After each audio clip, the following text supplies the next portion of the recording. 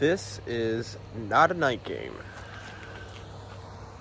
This is by hours so before sunrise. I don't even know if you could see it, but the sun's just starting to peek up right down there. Yes, that is a wrestling ring. We go over there in a second. So today is the day. Yes, sometimes I leave the TV on all night, the light. I don't know why, but 5:45 in the morning. Time to start this day. Time is now, well, the time is now 6:30, and we're gonna head outside and start getting this thing to get my energy for the morning. Some 0-calorie Red Bull. Okay, it's dark. It's actually kind of warm for late September.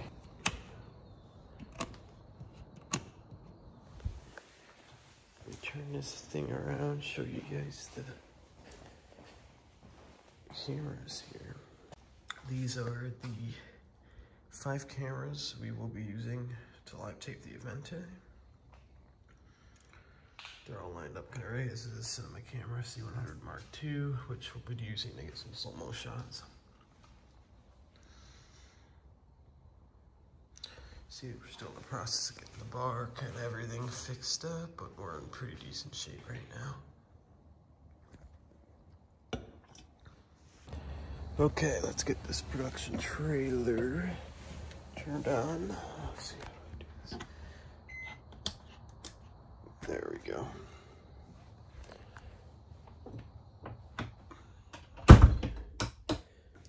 This right here is serving as my production trailer. So there's not much stuff in it right now because a lot of the stuff's being used, but this is where we keep a lot of the storage and stuff, and call sheets for the event, charge the batteries up, microphones in general. Has a bathroom, see, there's some equipment there, and then it has a little meeting room over here, which, well, it's a bedroom, but I bought this back in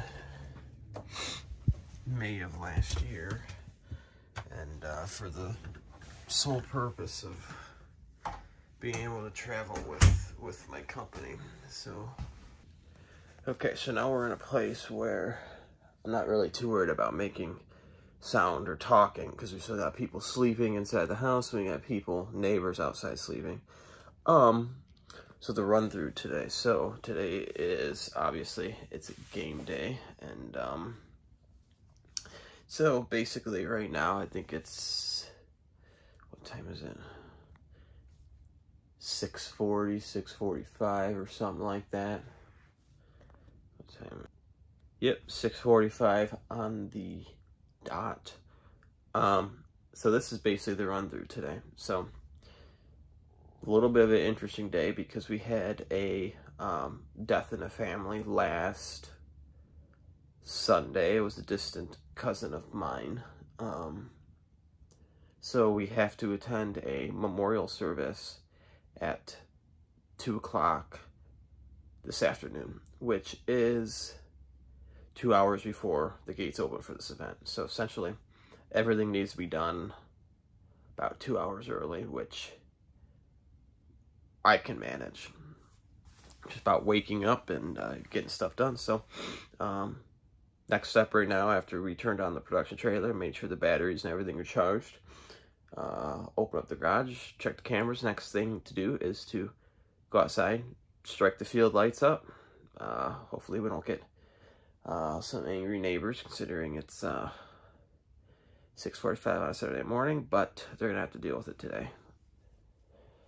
After we strike the lights up, we'll get the cameras out there set up, and as soon as we hit about 8:15 or so, I'm about to bring the mower out there. Got to cut the grass. After we cut the grass, we're gonna rake the dirt, prep the field, and kind of have everything down and ready. So let's go do those things.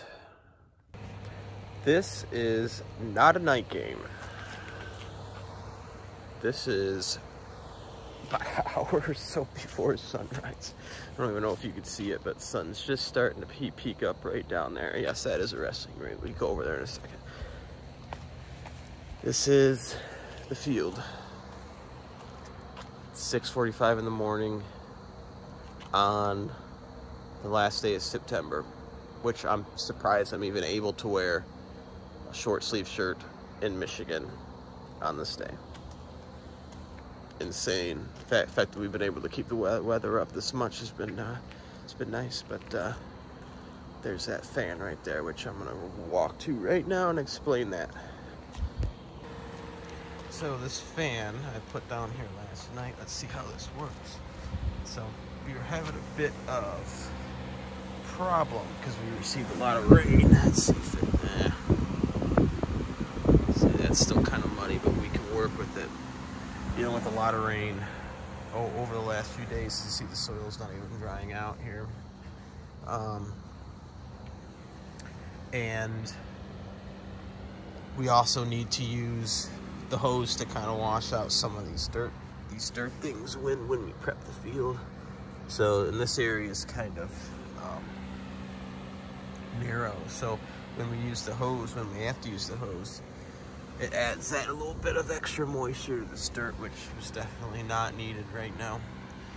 And hence kept the fan on all night, see if we could air this out. But it might be at a point where we can compact it, throw some material down on top, and it won't pose an issue at all. Besides that, the grass is in perfect shape. This is, in case you're wondering, this is not artificial turf. This is actual, live, growing, living and breathing grass. It's Bentgrass. Zeros Heaven Bentgrass, same stuff on some of the best golf courses in all America. So it took me about a year or so to grow this from seed. Not necessarily meant for sports fields because it tears up quite easily, but a game here and there will definitely work, and it shall hold up to that. See, this is like kind of an example of how it thins out in heavily wore areas. So got the Zajdel Studio sign up. You can see the moon right here. Got these lines striked up for batting practice, and as soon as sun comes up and we have to go, we'll start doing that. I'm going to now set up all of our cameras and get these monitors hooked up so that we can cross that off our list. So let's go do that right now. Okay, so now let's walk through the production aspect of this. So as you can see, we have these monitors here that are set up.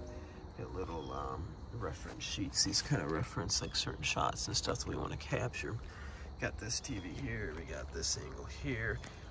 This one I gotta exchange the power cord out, and this one we're gonna swap up over there because the HDMI cord that we have running from all the way behind home plate to here seems to be causing us some issues right now. So we'll just have to take care of that and nip that right in the butt. Hit that power cord. Let's go take a walk through, see the cameras, the angles. So this right here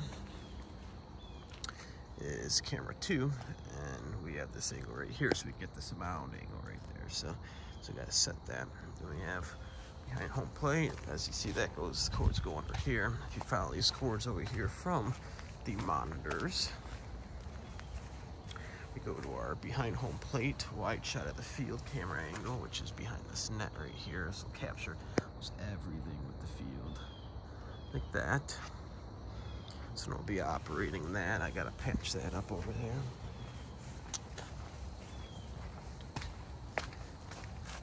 Over here is camera number 4. We'll have this one just the complete opposite of that first camera angle for left-handed pitchers. You also get a shot of the batter, stuff along the lines of that. And we'll walk over here through the outfield. Like I said, this is not turf right here. This is live growing grass, which I'm waiting for it to get a little bit later in the morning to cut the grass. This right here on this platform is camera 1. So get that shot, that traditional baseball shot that you guys see on TV all the time. So those are the cameras. So, oh yeah, almost forgot the live action camera. This will be from this angle right here.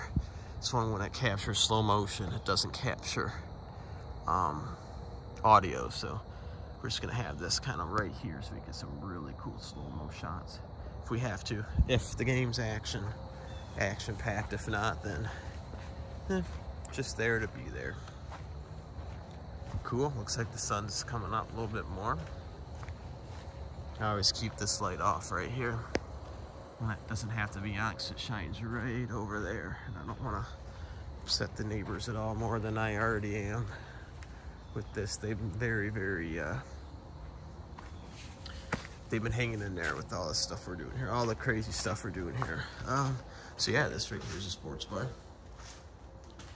let's go walk over and look at that wrestling ring right here that I set up for another event that I'm doing. So this is a wrestling ring I built. It's performs just like a wrestling ring. It's got spring, ropes, not necessarily built to scale. It's about 15 feet long, 15 by 15. It's a little bit tinier than a regular wrestling ring by about, what, 5 feet long that way, and about a foot or two tall, which is perfect because it kind of scales it down to my size. I'm 5'8", so most wrestlers are like 6'8", so foot scale down is perfect for me, or for the event we're doing. So cool. This is the shape we're in. Still got a lot of work to do before first pitch, but as long as we got these cameras out, TV's up, monitors working, we're in decent shape right here. So right here, we're giving the bases a little touch up. This is first base, second base, third base. They're a bit different, but make sure all the way around here they're touched up, and probably be a good opportunity for me to. So I don't think I really introduced myself. Basically, what I do, all you guys know, is that I have this field here. But so my name's Eddie Zajdel. I'm 25 years old. I am a film producer, director, and cinematographer. Graduated from U of M in 2022, went to college for 6 years. Was on and off, worked in the industry for a little bit while I was in college. First 2 years, General Motors. Yeah, so basically after I graduated, I started up a production company, mainly here in Michigan. Michigan's a big food industry. We've been focusing a lot on food, but I've also done some sitcoms. I did a sitcom that got picked up by Tubi TV once I graduated college, and you know, just kind of living my life here. And this is my next adventure, so to say, live taped backyard sports event. So yeah, it's a little bit about me. Sun is starting to rise on the field. I want to show you guys this thing that I came up with because we were having issues with the monitor. And you know, from a director standpoint, I want to be able to see everything that's happening with these cameras and be able to direct people a certain way, to make sure that we have the most perfect shot and smoothest production. But yeah, we were having issues with the HDMI cord running from this camera all the way back over there. But I found a way to fix this, which is going to be cool for the players too, because I don't think this has ever been done for a wiffle ball game. But I could be wrong. But let's show you. So instead of having the cord run 100 foot that way with the connector, which is already hard on HDMI cords, we did this. This way we could see what's happening. The batters can see batting practice and everything there, and I can see that all the way from over there. It looks small here, but I'll be able to access that. Oh, squirrels up for the morning. Be able to see that from over here pretty clearly, I'm assuming. Then we could swap some of these out, really get some of these shots here. So yep, got 1, 2, gotta change that extension cord out. This is pretty clear for me. Looks small on camera, but pretty clear for me. So that fixes the issue perfectly.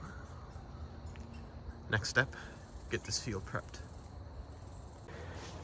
It is 7:47 in the morning, which means it is time to get the mower ready. I'm gonna go see if I grab this tripod in here to do a time lapse of cutting the grass. I think it'll be cool. I really haven't taken advantage of kind of showing you guys everything. I always wanted to do something like this, like a vlog, but for some reason when the day comes, if I don't plan it, I kind of don't make it a priority. But this time I made it a priority because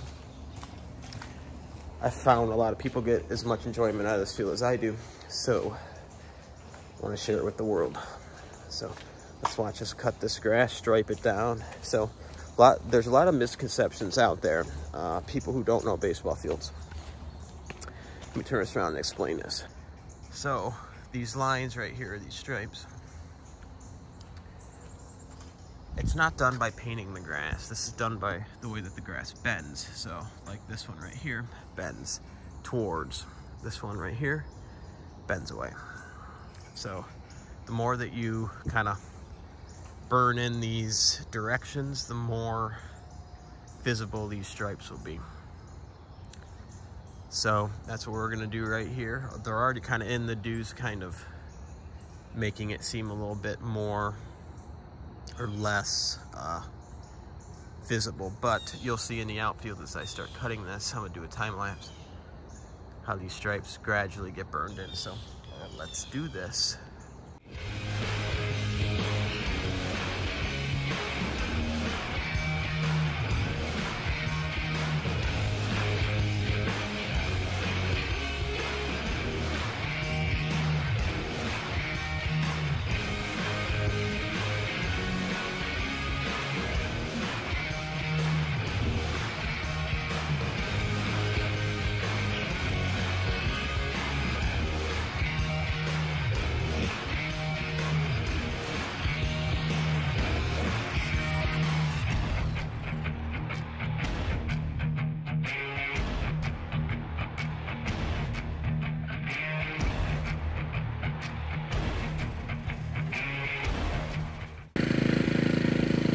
Okay, so something that's kind of unique about this field design here, at least what we did for this event, is we have a little squiggly in the center field.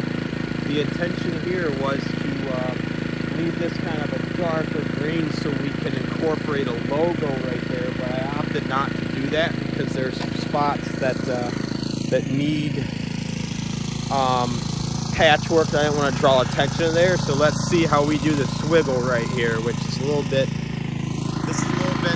more of a process. It's a little bit harder to do because I don't want to wreck the grass right here, but we do want to make sure these lines are nice and crisp for when we have the live event. So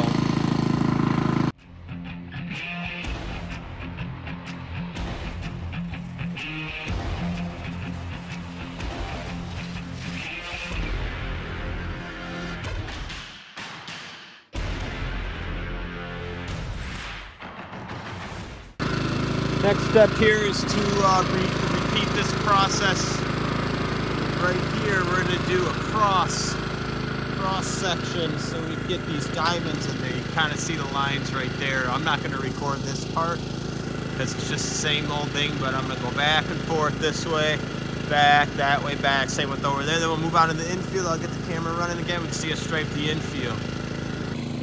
And there we go. Very, very nice checkered pattern in the outfield. It's going that way and it's going that way. Same with over here, a little bit more visible over there. And we got this pattern here, which looks very, very cool.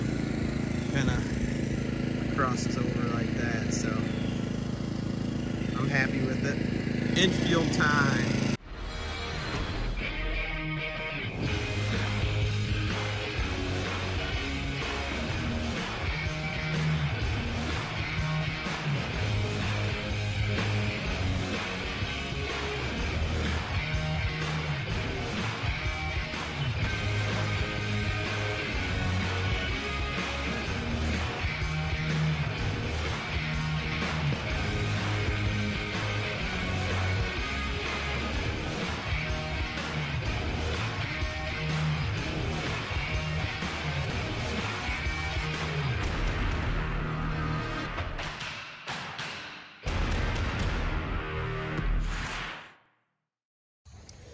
Next thing on the list here is giving the grass a little shower or bath. I could show you, usually when we mow, sometimes we can get this like it comes from the red dirt. It kind of stains the grass a little reddish, so when we wipe it down or when we give it a little shower, it can get that, you know, washed all the way down into the dirt. So we give it really green color, really green and vibrant color. So we're gonna do that, do a time lapse. What you missed is be raking these edges, because a lot of times when we mow, we get a lot of dirt around these edges. So we gotta kind of rake it up, and yeah, let's give the turf a bath.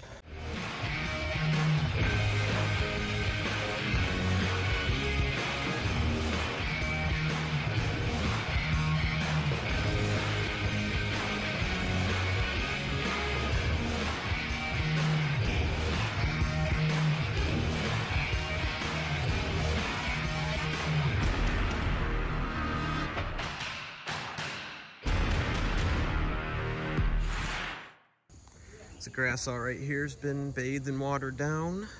As you can see, we kind of wash the dirt off. Next step is getting these tracks right here prepped and then line chalked, and then we'll focus on the infill material after that. As you can see, something's really bothering me here, and I avoided watering this, because this area looks absolutely atrocious, which is, as you could tell, the fields kept pristine, and then we have something right here that's not looking very presentable, and it's right there. But we have to deal with what we got, and for as good as this looks, is about as good as I can get it for this kind of thing, you know. Put some seed down. It's for something in the winter, but for something like this, it looks good. Wish it looked like that. Doesn't look like that. Looks fine though.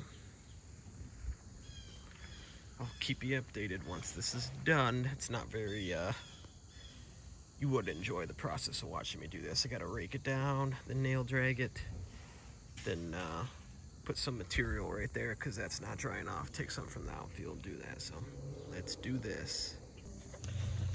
And I lied, I said I wouldn't give footage, but I'm gonna get footage of this nail drag.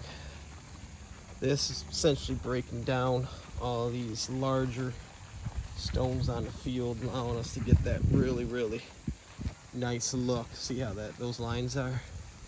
Kind of hard to do this with two hands, but I just wanted to, with one hand, I just want to kind of show you what we're doing here, and essential part of making the field look as nice as we can get this field to look. So stay tuned. I am getting distracted again and haven't updated you guys with everything. There's the batter's box striped. The lines have been chalked. Wanted to get this right here as we spray paint the mound. Feels wet, but we do the best we could do here. Make it look the best we can. Chalk this, got a little logo there, so behind home plate, you see there's a little camera right there running. You can see the little name on there. But do like that. Let's do a light. We have time to let this thing dry, so just go all the way along there. Now I believe it's like 10:30 or something. Been out here for quite a few hours.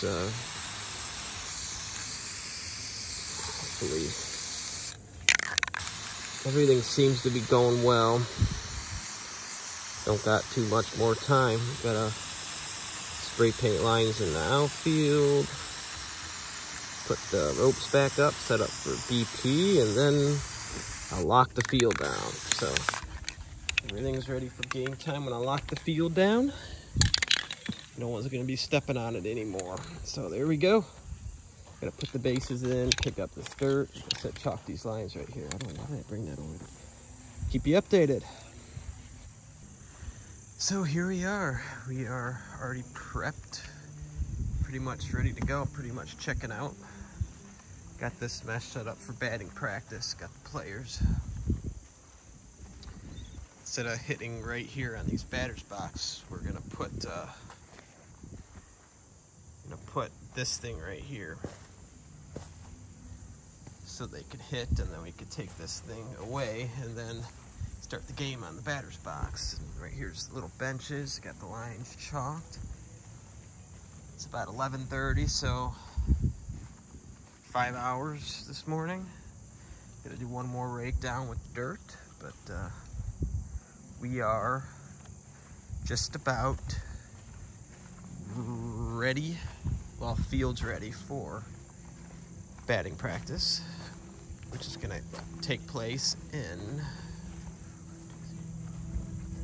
about 4 or 5 hours. But we have that family memorial funeral service we're going to attend, so we had to have everything done and ready prior to that. So coming along here, getting ready to open up.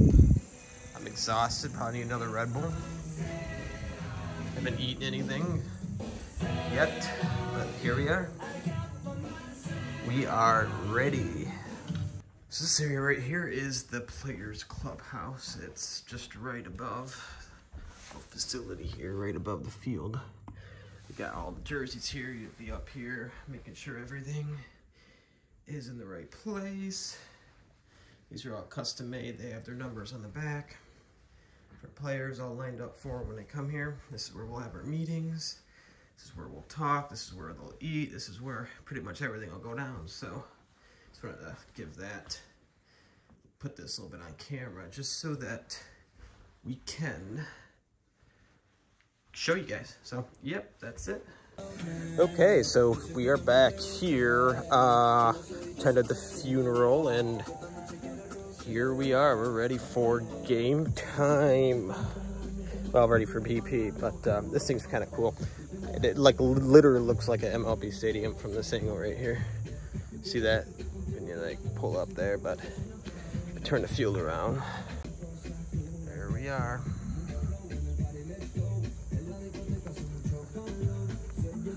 Stay tuned. I'll take you through batting practice, team meetings, production meetings, and everything. So see my whole process of bringing this thing to life. So.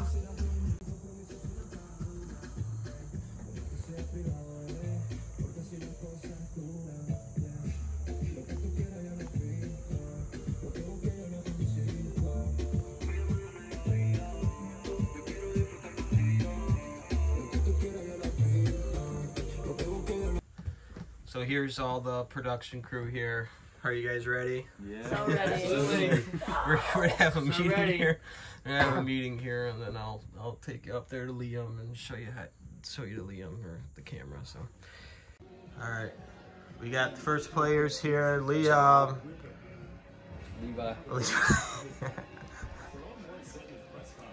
Got jerseys. Watch the Michigan game. What? How long till game time? I think like 2 hours till first pitch. 2 hours till first pitch. We're ready to go. Ready to go. We'll be down there taking BP pretty soon.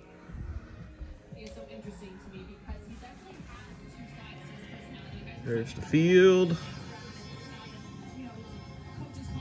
Every single part. Players are up here eating. We're about ready.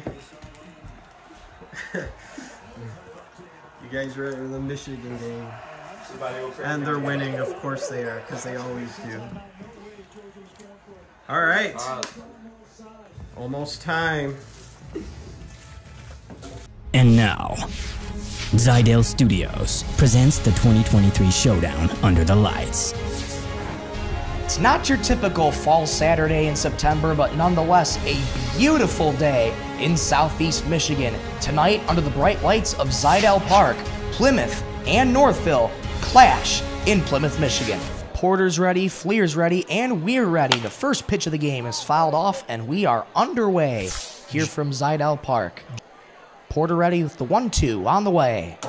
Got him! Strike three right down the middle of the heart of the plate. One gone here early, and that's a great start for Liam Porter. Yeah, 63-mile-an-hour pitches 3 times in that at-bat.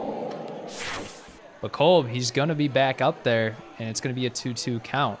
The 2-2 from Porter. Got him! Strike three on the outside corner. Beautiful pitch again from Porter. Porter with the 2-2. Got in on him, ground ball to first base, picked up, steps on the bag, and the side is retired. 2 strikeouts and a ground out does no harm to Northville. For the home half of the first inning, Evan Porter takes the mound for Plymouth. Joe Suter up to bat.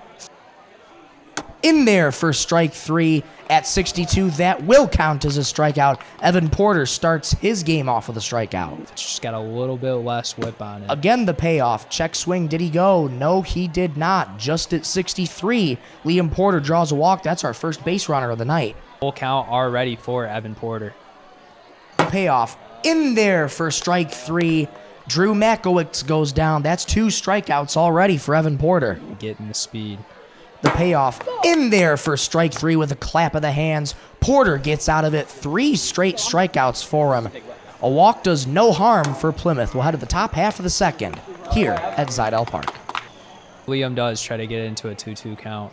A 2-1, drive to right field. That's a base hit. Evan Porter starts off the inning with a single to right field. First hit of the game, and Evan Porter makes solid contact, drives it to that back right wall.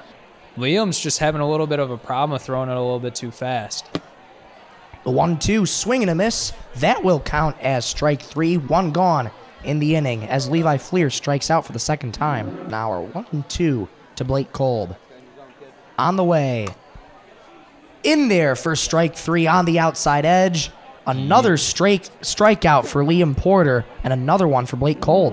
Right there and got it just 1 mile an hour below the 63. Porter with the 1-2. Got him, strike 3. And that's that fadeaway pitch again. I think that's his signature, you know. It's got a little bit of swag to it. Watch this as he goes through. Evan Porter was able to get on base and get a single, the first hit of the game. You know, Jackie stuff, trying to get Suter just to strike out early. Well, let's see what he does in the 1-2 now. Evan Porter's ready. The 1-2, swing and a miss. Joe Suter goes down on strikes. He has his second strikeout of the night.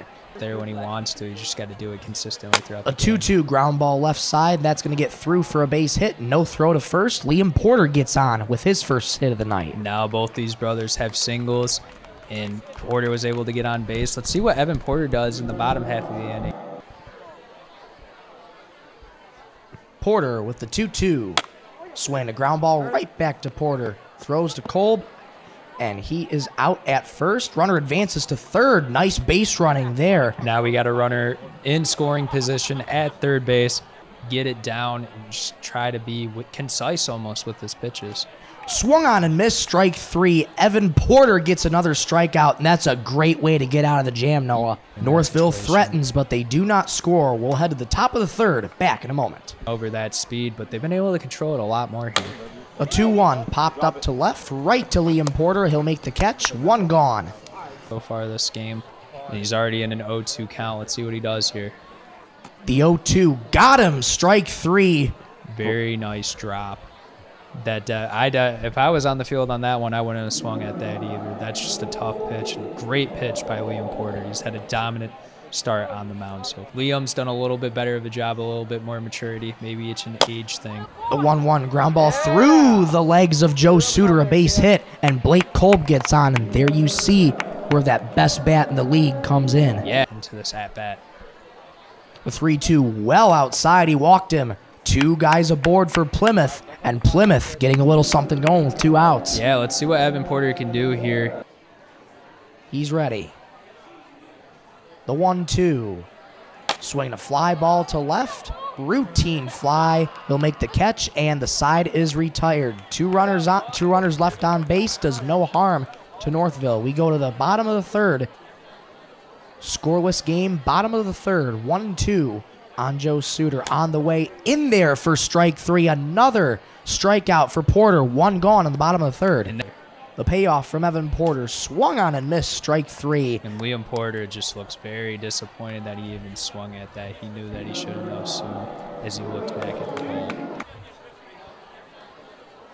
The 1-0, little pop fly right back to the mound. Porter makes the catch, and the side is retired. 2 strikeouts and a little pop-up.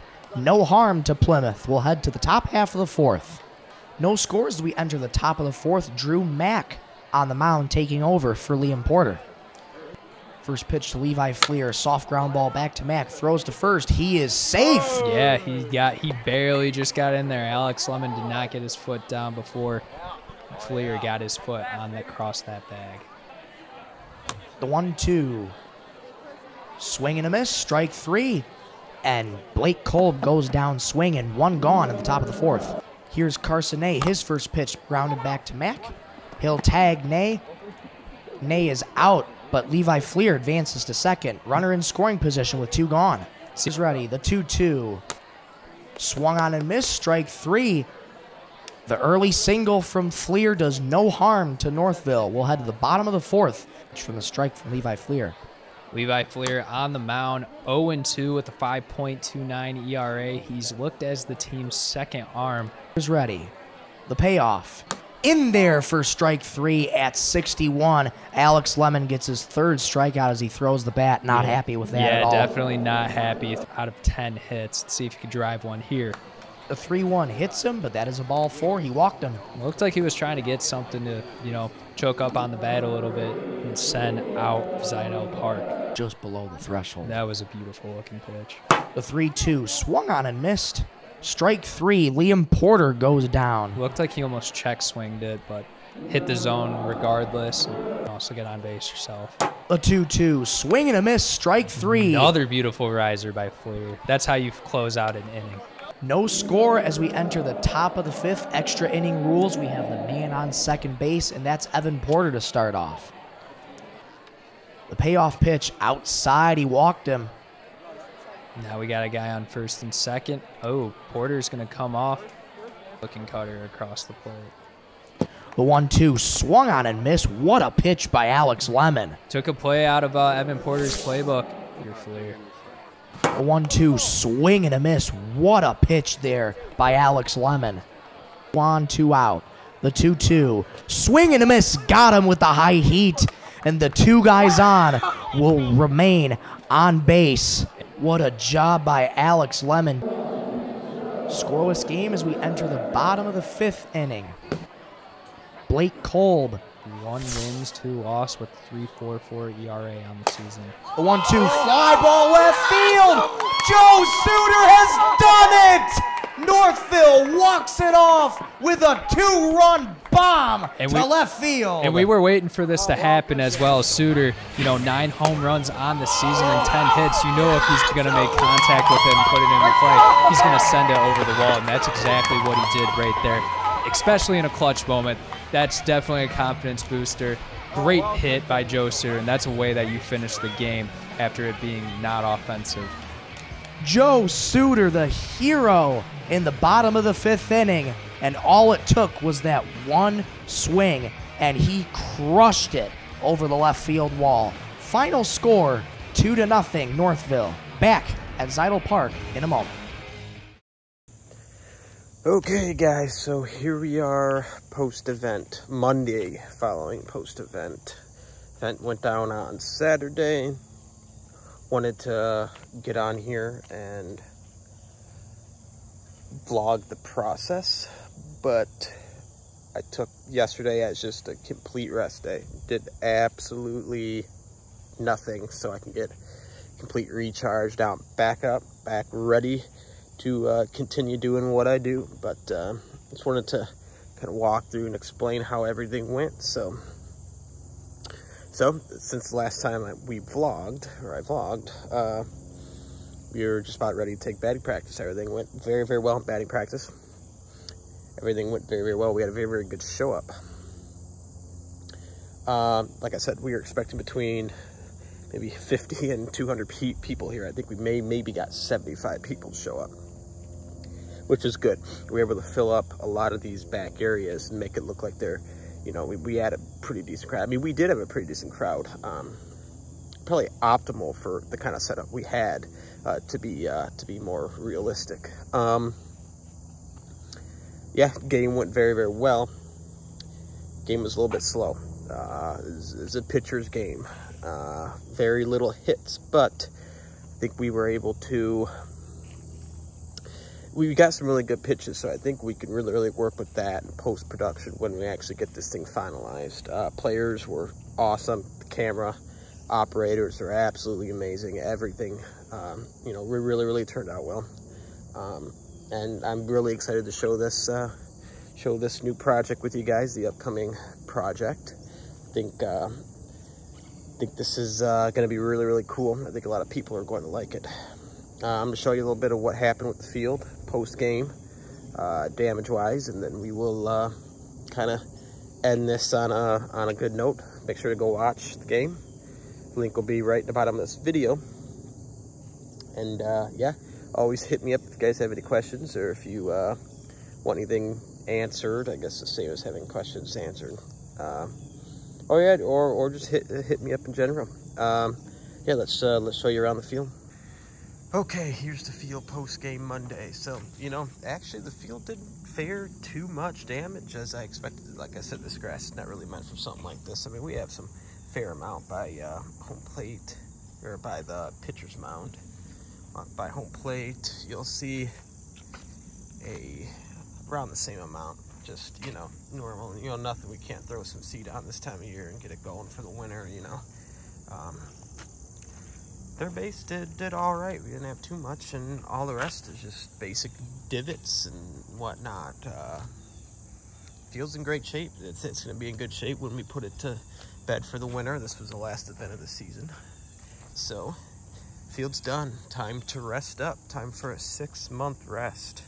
So there's some divots there. We can throw some seed in there and just let it kind of thicken out on its own. But yeah, I mean, everything looks like it's faring well. My plans for the end of the year, yeah. So that sort of wraps up this vlog. Like I said, I'm not one to usually do stuff like this. I made it a priority this time to really fill you guys in and keep you guys updated with everything. For me, it's October 2nd. Still warm for Michigan. I think it's like supposed to be 80 today, like 3 days in the 80s, which is insane. Next up on my agenda, get this field packed up, ready for winter, ready for some rest. It's gonna take about 6 months break. Got to be covered with ice in a few months, and in March we'll thaw it back out again, see where we're at, and start hosting some more games here. On my end, heading to Florida for the winter. Well, at least for part of the winter. Gonna see what I can do, expand my production company out there, escape the brutal cold Michigan winters and the lack of sunshine, so to say, because once it hits November here, it's like blanket of clouds for like 4 straight months, and I do not like that. So I have the opportunity. I'm gonna take advantage of the opportunity, go hang out by the pool while you guys are covered under snow, or at least the ones that live in a northern climate who are watching this. I'll be, like I said, in the pool. If you guys love snow, then good for you, because I don't. But pack up the field, transition out of Michigan, give the field a rest, get this game out there nationally distributed, and it was a really, really great year, really, really great summer, and this was probably the best way to end the summer, if you ask me. So thank you guys all for watching. Like I said, go check out the game. I'll leave a link in this description. And yeah, checking out. I will see you guys next vlog, or next time I do something. So see you later.